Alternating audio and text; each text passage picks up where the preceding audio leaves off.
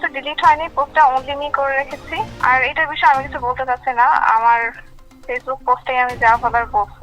দায়িত্বশীল জায়গা থেকে আপনি দায়িত্বশীল বলতে কি বোঝাতে চাচ্ছেন? আমি যখন দেখবো আমার দেশের উপর কোনো থ্রেট চলে আসতেছে, আমি মনে করবো আমার দেশকে বাঁচানোর জন্য আমার যতটুকু বলা উচিত সে বলাটাই আমার দায়িত্বশীলতা, ঠিক আছে? শোনেন, আমি ফ্র্যাঙ্কলি বলি, আমি চাই না আমার দেশের দায়িত্বে মুক্তিযুদ্ধ বিরোধী কোনো শক্তি আসুক, ঠিক আছে? আমার যাকে মনে হয়েছে মুক্তিযুদ্ধ বিরোধী শক্তি, যাদেরকে মনে হয়েছে, আমি তাদেরকে সেভাবেই ট্রিট করেছি, আর আমার পোস্টটা আমি সেভাবেই দিয়েছি। রিসেট বাটন পুশ করা মানে কি?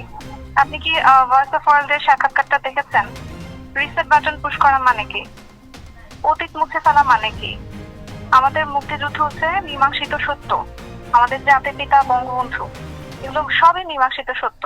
রিসেট বাটন পুশ করে সব অতীত মুছে ফেলা, এটা মানে কি? এটা তো তাহলে আমি তো মনে করি যে আসলে মুক্তিযুদ্ধের বিরোধী শক্তি আমাদের দেশে এখন গভর্নমেন্ট হিসেবে আছে। তো আমি আমি আমার মনে হচ্ছে যে আমার দায়িত্বশীল জায়গা এটাই যে আমার দেশকে বাঁচাতে হবে। এর জন্য আমার পক্ষ থেকে যতটুকু বলা, আমি একজন সাধারণ মানুষ, সাধারণ মানুষ হিসেবে আমার যতটুকু বলা, আমি যদি এই পজিশনে নাও থাকতাম আমি এটা সেম পোস্টে দিতাম, ঠিক আছে? ব্যক্তি ব্যক্তি উর্মি এসব বিভিন্ন পরিচয় করা দরকার নাই। আমি বাংলাদেশের নাগরিক হিসেবে বলছি, আমি মুক্তিযুদ্ধের পক্ষের শক্তি হিসেবে বলছি। আমি কোনো দলের পক্ষে বলতেছি না, আমি আমার কোনো ব্যক্তিগত মতামত দিচ্ছি না। আমি হচ্ছে মুক্তিযুদ্ধের পক্ষের শক্তি। বাংলাদেশ দাঁড়িয়ে আছে 30 লক্ষ শহীদের রক্তের ওপর, ঠিক আছে? 30 লক্ষ শহীদের রক্তের বিনিময়ে আমাদের দেশটা স্বাধীন আছে। এই 30 লক্ষ শহীদ রিসেট বাটন পুশ করলে কি এই 30 লক্ষ শহীদ ফিরে আসবেন?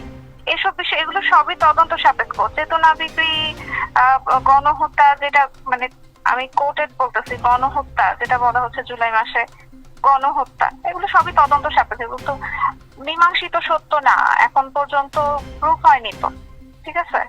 বিচার হোক, প্রমাণিত হোক, তারপর দেখা যাবে। কিন্তু যেটা মীমাংসিত সত্য সেটাকে তো কেউ মুছে ফেলতে পারে না। আমার কথা হচ্ছে এটাই। ক্ষমতার কোনো জায়গা থেকে আমি কোনো কথা বলতেছি না, আমি একজন খুবই সাধারণ মানুষ হিসেবে, আমি যদি আজকে এই অ্যাডমিনিস্ট্রেশনে নাও থাকতাম আমি সেম কথাটাই বলতাম, ঠিক আছে? I am not a hypocrite. মুক্তিযুদ্ধের বিরোধী শক্তির বিপক্ষে কথা বলা যে কোনো জায়গা থেকে বলাই যায়, ঠিক আছে? এর জন্য যদি আমার চাকরি চলে যায় এটা আমার কোনো সমস্যা নেই, কিন্তু আমি মুক্তিযুদ্ধ বিরোধী শক্তি হইতে পারবো না, এটা সম্ভব না। আমি হিপোক্রেট হতে পারবো না।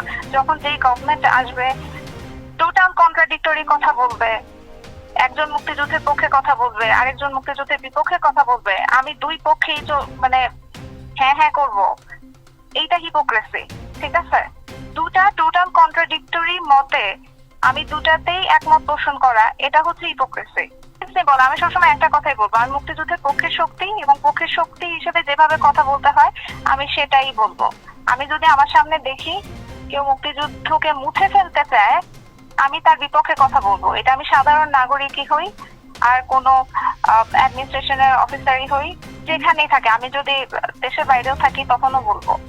আমি কিভাবে বুঝতে পারছি মানে এটা এটা তো আসলে প্রশ্ন না, আপনি কনভারসেশন দেখলেই তো বুঝতে পারবেন, ঠিক আছে? কনভারসেশন দেখলে বুঝতে পারবেন কোন প্রশ্নের উত্তরে কোন অ্যান্সার। এরপরে যদি ভাঙায় বলা লাগে তাহলে তো আসলে কিছু করার নাই, সবকিছু ভেঙে ওয়ার্ড দিয়ে সব কি বলো এক্সপ্রেস করা যায় না। এটাই কি বলেন তো, অনলি মি করার কি একটাই কারণ থাকতে পারে? আপনি বলেন পারে কেন করেছে, দ্যাটস নট রেলিভেন্ট।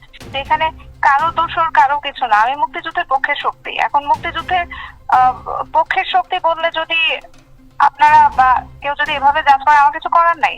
আমি আমি অলওয়েজ বলবো মুক্তিযুদ্ধের পক্ষে শক্তি। মুক্তিযুদ্ধকে আমি যদি একটা থ্রেটেনিং পর্যায়ে দেখি, কেউ থ্রেট হিসেবে দাঁড়িয়ে যাচ্ছে, মুক্তিযুদ্ধ ইতিহাস মুছে ফেলতে চায়, জাতির পিতাকে মুছে ফেলতে চায়, জাতির পিতার অবদান অস্বীকার করতে চায়, 15ই আগস্ট অস্বীকার করতে চায়, ধানমন্ডি 32 নম্বর অস্বীকার করতে চায়, পুড়িয়ে ফেলতে চায়, আমি তাদের বিরুদ্ধে কথা বলবো, আমি যেই জায়গায় থাকি না কেন। এখানে তো কারো দোষর এই ইয়াগুলো আসবে কেন? মানুষের কি মাথায় বুদ্ধি নাই নাকি? এখানে বঙ্গবন্ধু